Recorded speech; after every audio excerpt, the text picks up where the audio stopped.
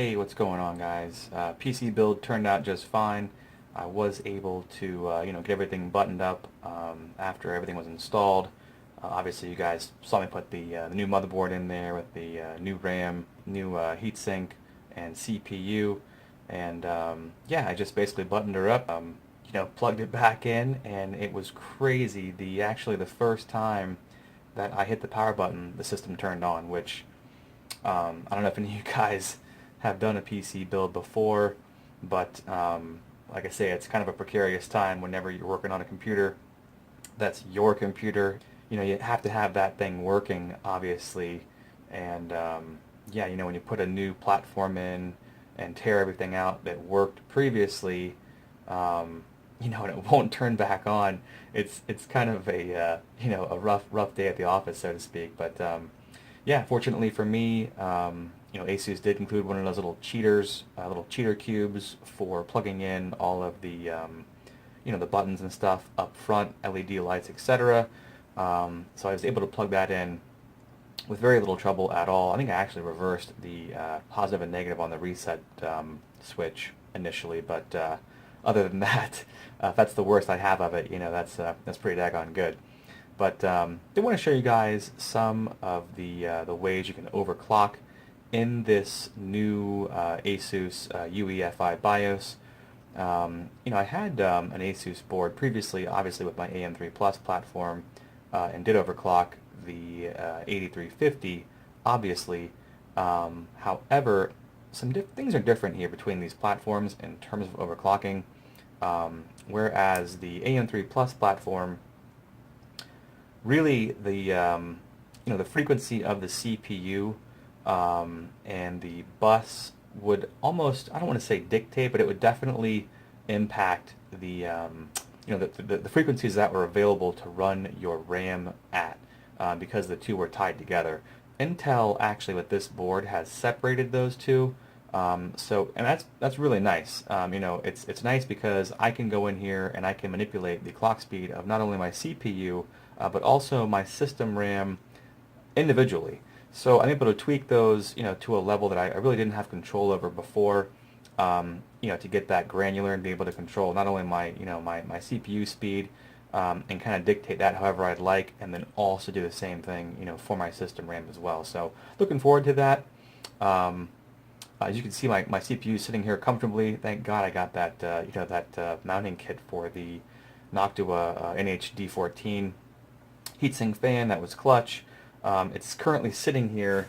I know it says 4 gigahertz over here, but it is sitting here at 4.6 gigahertz at the moment. You can see my RAM is reporting correctly that actually is the speed the RAM is running at currently. For whatever reason, I'm unable to boot with the specified, 3400 megahertz on this RAM. Even at the stock voltages of 1.35 volts, will not boot with this system. So I don't know if it's an issue with the RAM timings or the XMP profile, what have you. But regardless, for the time being, I had to boost this, or I'm sorry, rather lower this down a couple hundred megahertz to this speed to get this thing to boot up. So yeah, I thought it was my CPU initially. I was kind of freaking out, but it's not. It just turns out to be the RAM, which I'll figure that out, at a later time. Have some time to tweak this thing and get that memory, optimized or whatever. But initially here, just going to work on the CPU, and then we can do the do the RAM and all the other tweaking and stuff later on. But we'll get to that eventually. So yeah, how do you basically overclock your Core i7 or Core i5 Skylake K unlocked Intel processor? In this BIOS, it's pretty simple. You do have an option to go up here and do Easy Tuning Wizard, and that can give you, I'd say, I think it's between like a 10 and 15% performance increase. In terms of, I'm sorry, a clock speed increase, which performance-wise may give you, different results depending on the application, etc. But yeah, at least in terms of overall clock speed, I believe that the Easy Tuning Wizard will give you a small boost. Basically for free. You don't have to do any kind of manual tuning, which is always a nice option to have. So if you are a novice and just want to play it safe and get some free performance at the same time, that's a good button to hit. Check that out if that's you. But For me, and for those of you that like to get a little bit more granular and get a little bit more performance out of your system, if you can, you're going to go to the advanced mode down here. Let's click on that, and yeah, again, this is just kind of a summary of what's currently happening in your system. The RAM is reporting correctly. Again, the clock speed, for whatever reason, is not. But you can see here in the AI tweaker that my target frequency is 4.6 gigahertz, and the RAM, again, 3200 megahertz for the time being. But you're going to want to go ahead and choose the manual option here in the AI overclock tuner. Once again, located in the advanced mode under AI tweaker, and go ahead and make your block frequency here 100. Makes it very easy to work with. You know, multipliers of 100 obviously are pretty easy. So that's a nice clock speed, like I say, just to kind of get things, keep them simple. But you can tweak that on this board if you'd like, and even get another level of control there, where you know, you may find some better luck at certain frequencies with a different frequency here and a different multiplier number. So that's a possibility as well. But for today's example, we're just going to use 100 and a clean multiplier to get our you know, our desired clock speed. So make it real simple. You are going to want to check this off as well. CPU core ratio. This is going to synchronize all of the cores. There are 4 cores on this chip. Eight hyper-threaded, you know, cores basically, but basically that's just, you know, one core doing 2 instructions per clock. So 4 actual cores on this chip, even though it's a hyper-threaded, you know, 8-thread chip. But anyway, yeah, you're going to want to check this off to synchronize all cores, and that'll keep them all, you know, right at 4.6, so you won't have any variation, which is nice. But other than that, you are going to want to go down here. First stop is going to be the DigiPlus VRM area, and you're going to want to boost your CPU load line calibration. I have mine at level 5. You can go in here. I would say put it between 3 and 5. I mean 3 and 6. You know, you can certainly do that. That's going to give your CPU the ability to pull more voltage in circumstances where it's you know, it's needed by the CPU to achieve its you know, clock speed and also performance, you know, kind of that you've tasked it with. So that'll give your CPU some more leeway there in terms of power draw. Even if you have a manual you know, voltage set, that will let it. It's almost like a you know, power limit for your GPU. Kind of makes it a little bit more available there in terms of juice. But yeah, other than that, you're going to want to head down here to CPU core cache current limit max. This one is pretty easy. You can just go ahead and just type a bunch of 1s in here, and that's going to go to the maximum value available, which is 255.50 in this case. Keep that there. And these numbers here, the minimum CPU cache ratio, I tie these directly to the multiplier.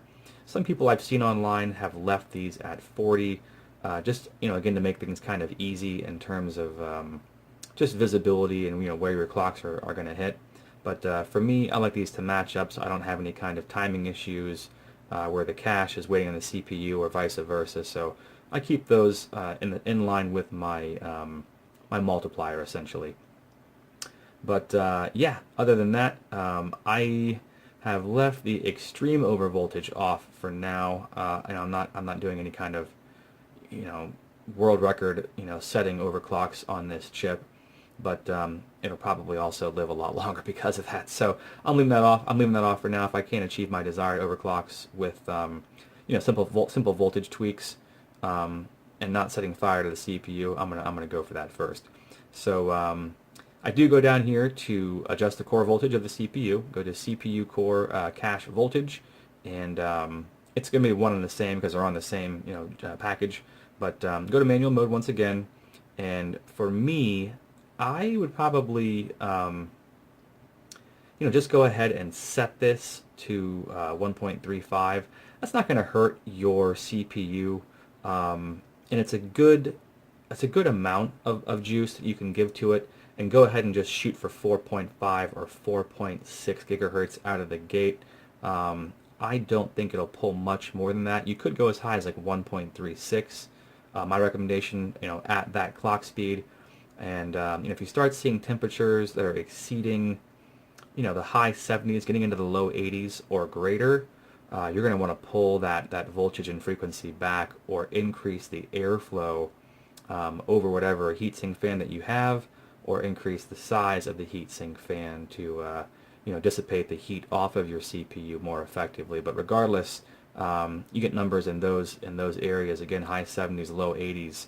You're going to want to pull back both your clock speed and your voltage, both of which will create a little bit more heat depending on your setup. So, but for me, I do have really good air cooling in here.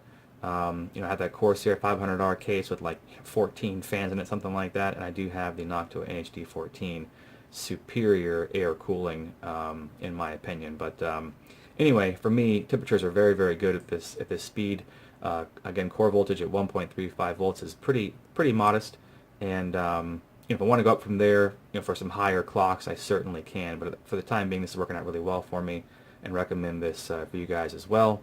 You can adjust your RAM voltage as well, which I may do in the future. Again, that kit is currently acting up and only giving me 3200 megahertz on the RAM speed right now.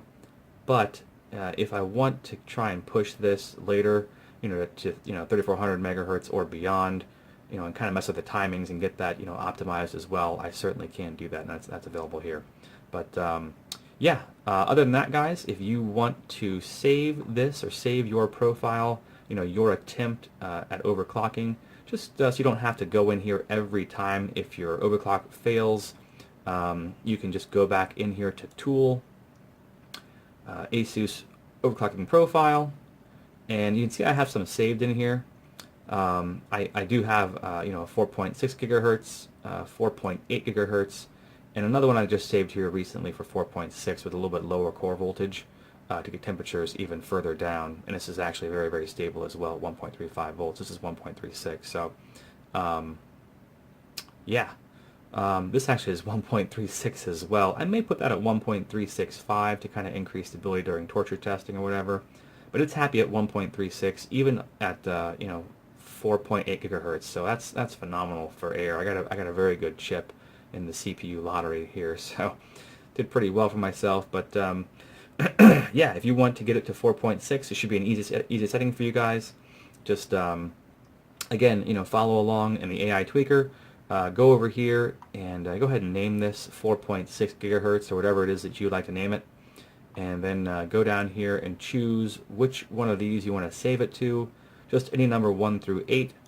And you're going to hit enter and go ahead and save that profile. That way, if you do have an overclock fail on you, the system will tell you to hit F1, go back into this BIOS, and you don't have to basically go back there and do all that stuff over again. You can just come in here to Tool, you can load from profile number whatever, hit enter, and it'll pull all those settings that you had saved, and then you can adjust and kind of tone down your settings from there, or tweak them up if you had success and you want to get some further overclocking done. So that is basically it for the overclock, at least of the CPU here initially, to get things to parity with the old AMD system in terms of clock speed at 4.6 gigahertz.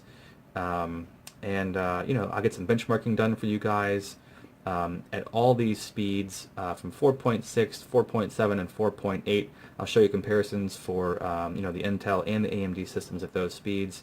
And then yeah, I only got that AMD chip to 4.8 for benchmarking, but after I'm done with the comparisons and the benchmarking of those two systems, I'll come back in here and try and get this thing to fly for you guys. I have got it actually booted into Windows at 5 gigahertz earlier, and benchmarking it at 4.9 already. So this chip is an absolute beast overclocker, especially in this configuration with the cooling that I have in here. So I'm looking forward to getting this thing up and away very, very soon. But for the time being, this is basically a simple guide for getting overclocking done right out of the gate with not too much fuss. And again, if you're a novice, you can use you know, kind of the easy version and easy mode, and you can go in here and just hit easy tuning and get a little free boost if you don't want to go through all this hassle. But yeah, if you're willing to do it, you guys can squeeze out quite a bit of extra performance, you know, that you're already paying for, so you might as well go ahead and get it if it's there. But go to save and exit, and yeah, I didn't make any changes here, but just hit OK. It'll actually show you which changes that you have made, if any. So it's a really cool, you know, setup, and it shows you very, very, you know, transparent in terms of what's happening before you hit OK and save and reset. It lets you know exactly what you've done.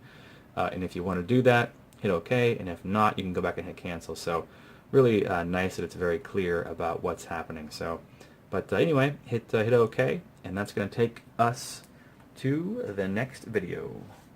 Performance and benchmarking comparison. AMD versus Intel 4 years ago versus 4 days ago. Hope you guys are enjoying these videos. I'll see you in the next one. See ya.